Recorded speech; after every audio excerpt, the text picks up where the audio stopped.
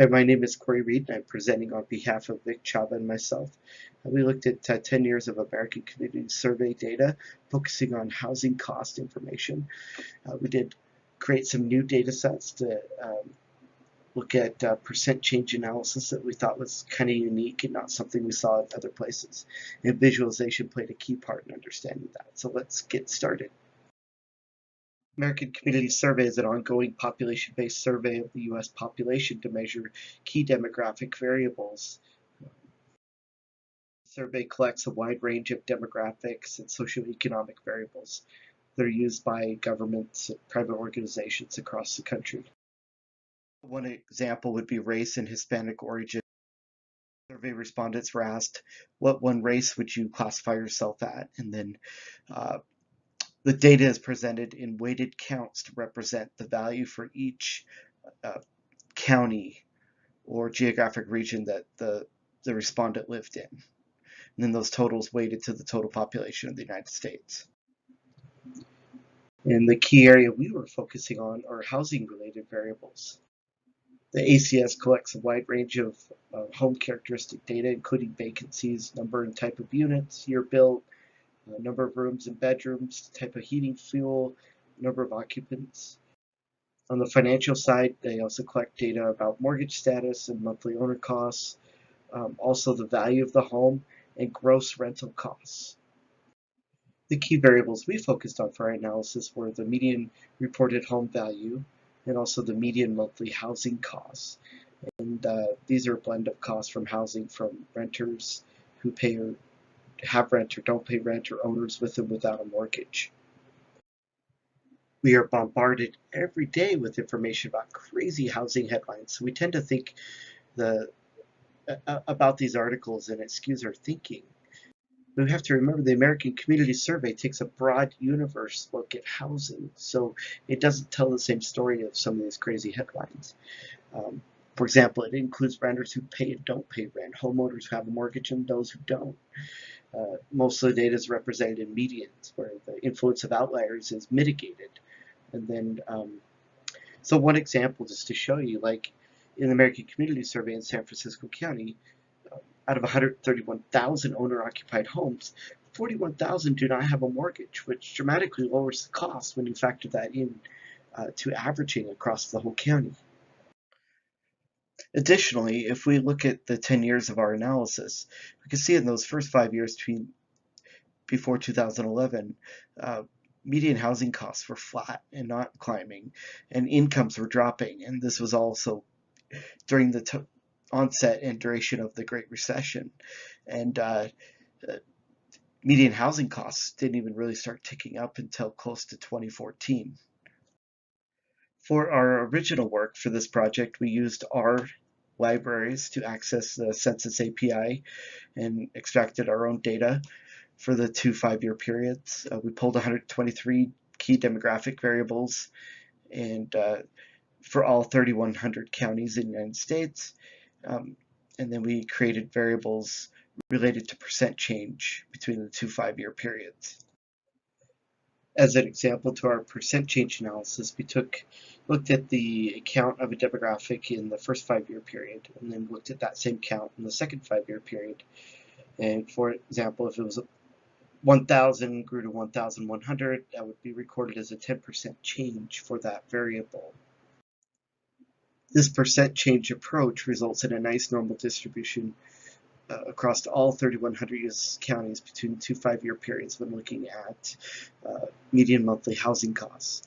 Notice that the bulk of the data falls in the declining percentage range below zero.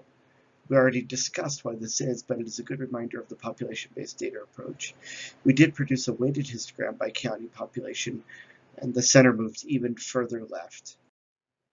Looking at the percent change for house values across all counties, it is also roughly normal, more centered around zero, with outliers from expensive counties skewing the distribution slightly right.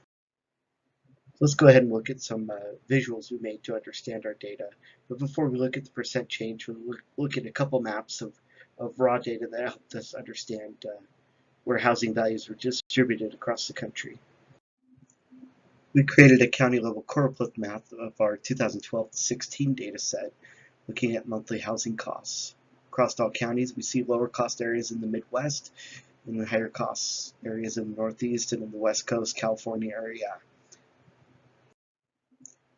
A map of total house values showed similar results, with lower cost areas more pronounced in the South and Midwest, leading into the part of the West. And high cost areas, once again, in Northeast cities of Washington, New York, Boston area, and then also the California coastal cities. And then you also see spikes in house values in resort regions in Colorado, Utah, and Idaho. Looking at median and nominal home values distributed by census region, the South and Midwest have similar shapes in both 2011, the green, and 2016, yellow, while likewise the West and Northeast regions show similar distribution shapes. Both the Midwest and South saw little change between the two 5-year periods. West and Northeast regions have more counties with larger median home values and both showed declines in median house values, while the South and Midwest did not decline in median value between the two 5-year periods. Median in all the charts is indicated by the larger dashed lines. Looking at unweighted averages by all counties in each state, ordered by median house values from low to high. Similar to the last chart, Midwest and Southern states have lower median values and are clustered to the left. As you move to the higher cost states, we see the decline in values that occurred between the two 5-year periods.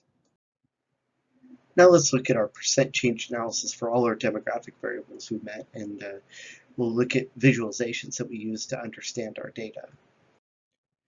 Creating percent change variable features caused some problems for certain demographic categories with low counts. Here's a typical example looking at those who say one race, and that race being Asian. The distribution by quantiles shows that there was more variability in smaller counties, but outliers and some bad data from the Census API created highly skewed distributions. After removing the erroneous data, we made the decision to cap percent changes at 350%. After looking at race variables and others that tend to have small counts in rural areas. The capped variables allowed for consistent interpretation. Looking again at the percent changes in those reporting Asian as their sole race, we could see that there were percentage declines in smaller counties, but those declines disappeared as county size increased. The variability of percent population also becomes less variable as county size increases. Looking at the combined histograms, percent change in housing costs, all region distributions are centered left of zero and negative. The Northeast and West have fewer counties overall than the Midwest and South. Note that the percent changes between the two periods from here on out are in real 2016 dollars for both time periods. Combined histograms of median house values are more centered around 0%. The West and Northeast regions experienced heavier percent change declines, with their distributions clearly centered below zero. Looking at the broader census divisions, which further divide census regions in the U.S., we see that variability in percent change house values by county varies across census divisions, with the highest variability in regions in the center of the country, including west, north central, and west south central areas. New England and Middle America were the most stable areas with the tightest distributions of house value changes. Median percent change in housing costs between the two 5-year periods are below zero when looking at all counties within each division of the United States. New England and Middle Atlantic have the highest distributions, the tightest distributions, while the Mountain States and South Atlantic states see the highest variability in percent change by county. Variability in percent change in reported home values declines as the size of the county increases. The smallest counties, or less than 20th percentiles, were the only groupings to show positive change in values between the two 5-year periods. Variability in percent changes by counties within each division declines as the county size increases. Similar results occur with housing costs, except no median percent change by division was above zero. There is a spike in variability in the 70th to 80th percentile, but otherwise percent changes in housing costs decline as county population increases, and variability decreases as county size increases. With our percent demographic and housing characteristic variables, we looked at ways to screen the various measures to identify the fields most associated with percent change in median monthly housing costs. To measure the association between percent changes in our 123 different measures and the percent change in housing, we use the Python select k-best screening algorithm to test each variable and then rank those visually that were significantly below the 0.01 level as measured by the F-test or overall model fit. Percent change in median income was by far the most associated measure with percent change in housing, followed by median age and changes in labor force, marital status, unemployment, and so on. We also ran the same screening test and visualized the ranked F-test scores of the housing characteristic variables.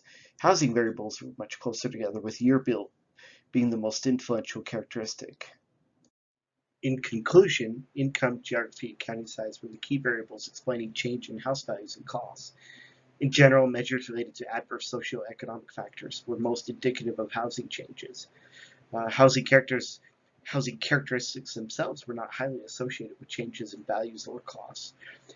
Uh, Percent change analysis, while standardized in data, does not lead to good modeling or prediction outcomes. It was an effective way to summarize and reduce the amount of data, but caution definitely needs to be taken when removing the population size and converting your data to percent change analysis.